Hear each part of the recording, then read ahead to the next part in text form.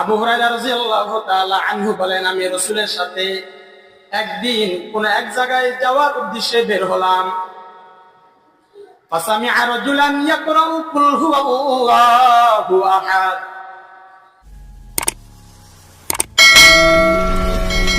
আসসালামু আলাইকুম। সূরা ইখলাস এটা পড়লে আমাদের কি লাভ হবে? এক নাম্বার, যে লোক সূরাটাকে ভালোবাসবে আল্লাহ তাকে ভালোবাসবেন। আম্মা জান আয়েশা সিদ্দিকা রাদিয়াল্লাহু তাআলা আনহার বর্ণনা তিনি বলেন, আন্না রাসূলুল্লাহ সাল্লাল্লাহু আলাইহি ওয়াসাল্লাম বা'আথা রাজুলান আলা সারিয়া।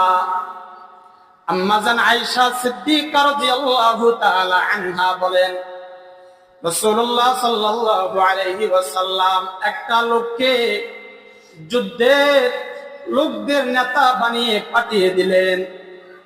একটা লোককে যুদ্ধে যারা যাবে এদের নেতা লিডার বানিয়ে পাঠালেন।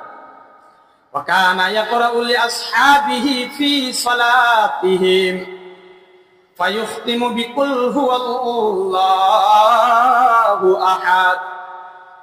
আম্মা জান আয়েশা সিদ্দিকা রাদিয়াল্লাহু তাআলা আনহা বলেন, এই লোকটা তার সাথীদেরকে নিয়ে যে নামাজ পড়ে প্রত্যেকটা নামাজের মধ্যে সূরা ইখলাসটা পড়ে। প্রত্যেক রাকাতের মধ্যে অন্য সূরাও পড়ে, পাশাপাশি এই সূরাটাও পড়ে। ফালাম্মা রাজাউ যাকারু যালিকা লিনাবিয়্যিন সাল্লাল্লাহু আলাইহি ওয়াসাল্লাম। যুদ্ধ থেকে ফিরে আসার পর এই বিষয়টা রাসূলকে জানানো হলো।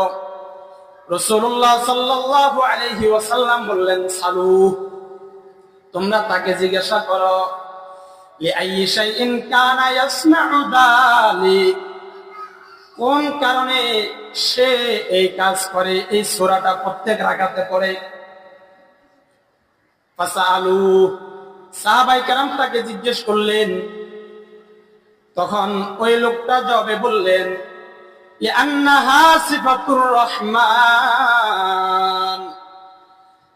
এই সূরার মধ্যে আল্লাহ তাআলার গুণাগুণ রয়েছে।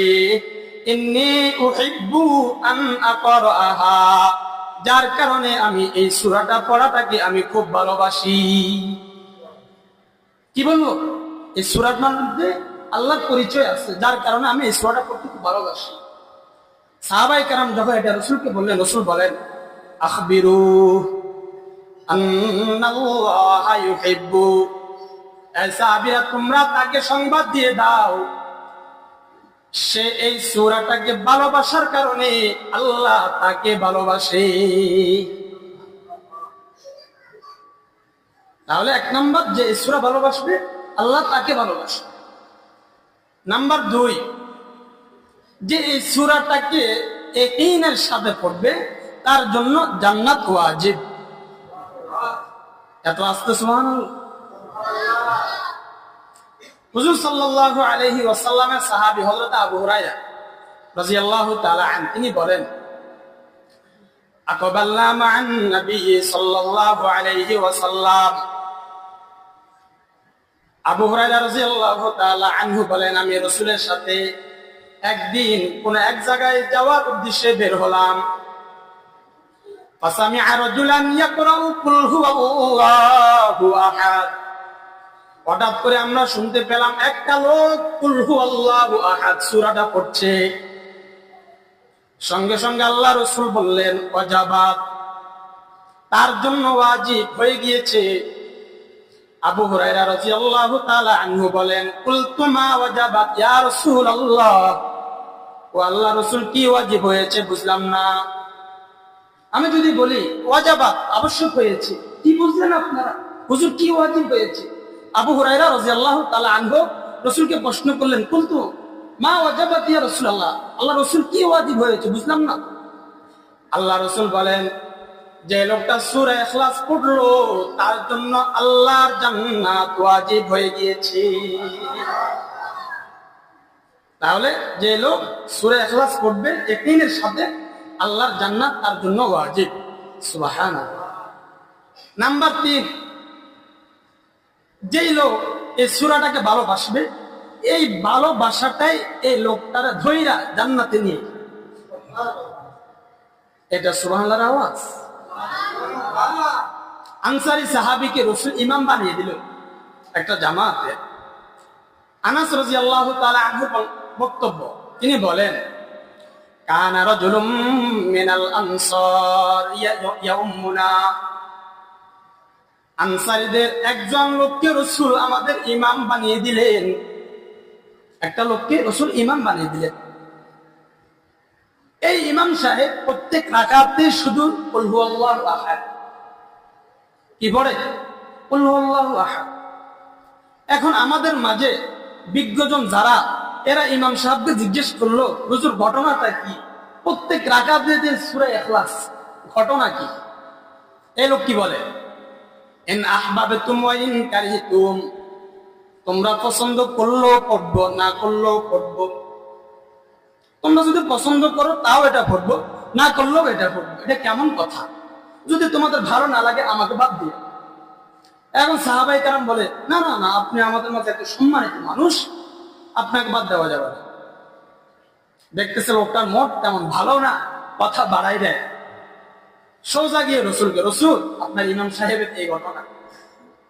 রাসূলুল্লাহ সাল্লাল্লাহু আলাইহি ওয়াসাল্লাম তাকে ডাকলেন, ডাক দিয়ে বললেন, মা হামালাকা আলা লুজুমি হাযিহিল সূরা ফি কুল্লি রাকাআ, প্রত্যেক রাকাতে এই সূরাটা কেন তুমি আবশ্যক করে নিলা?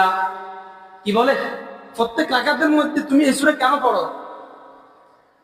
তখন ইমাম সাহেব উত্তরে বলল,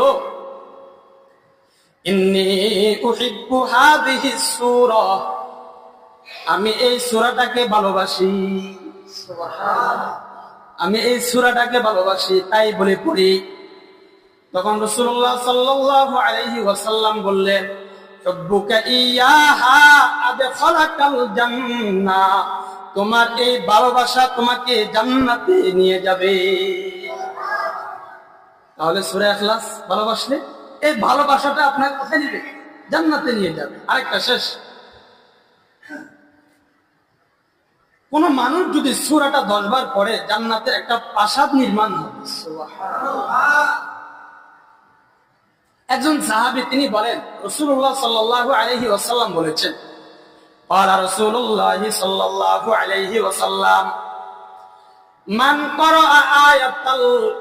ক্বারাআ কুল হুয়াল্লাহু আহাদ হাত্তা ইখতিমাহা 10 মাররাত। রাসূলুল্লাহ সাল্লাল্লাহু আলাইহি ওয়াসাল্লাম বলেন, যেই লোক কুল হুয়াল্লাহু আহাদ এই সূরাটা 10 বার পড়বে, কয়বার? আওয়াজ করে বলেন না, কয়বার? 10 বার পড়বে।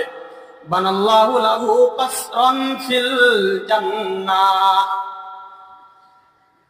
রাসূল বলেন তার জন্য আল্লাহ জান্নাতে একটা প্রাসাদ নির্মাণ করে দিবে। 10 বার পড়লে আল্লাহ জান্নাতে একটা প্রাসাদ। হাদিস বর্ণনা করেছেন হযরত সাহাল ইবনে মুআজ আল জুহানী রাদিয়াল্লাহু তাআলা আনহু।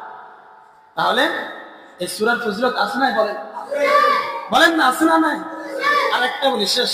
কষ্ট হচ্ছে আপনাদের? বলেন, কষ্ট হয়? আরেকটা বলি, শেষ।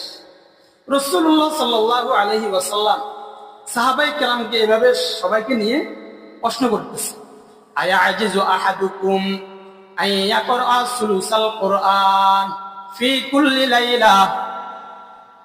রাসূল সাহাবায়ে কেরামকে প্রশ্ন করে, তোমাদের মধ্যে কেউ কি প্রতিদিন প্রতিটি রাতে কোরআনের 1/3 3 ভাগের 1 ভাগ পড়তে কি সক্ষম নয়? প্রশ্ন করলো, তোমাদের কেউ কি প্রতিদিন রাতে, প্রতি রাতে কোরআনের 3 ভাগের 1 ভাগ কি পড়তে পারবা না? 3 ভাগের 1 ভাগ, তার মানে 10 পারা। সাহাবায়ে কেরাম বললেন, আইয়ুনা ইউতিকু যালিকা ইয়া রাসূলুল্লাহ, আল্লাহ রাসূল, এটা সবার জন্য তো সম্ভব হবে না, অনেকেই দুর্বল, তাদের জন্য তো সম্ভব হবে না। রাসূলুল্লাহ সাল্লাল্লাহু আলাইহি ওয়াসাল্লাম বললেন, কুল হুয়াল্লাহু আহাদ সুলুসুল কুরআন, কুল হুয়াল্লাহু আহাদ এটা কোরআনের 3 ভাগের 1 ভাগ, তার মানে 10 পারা।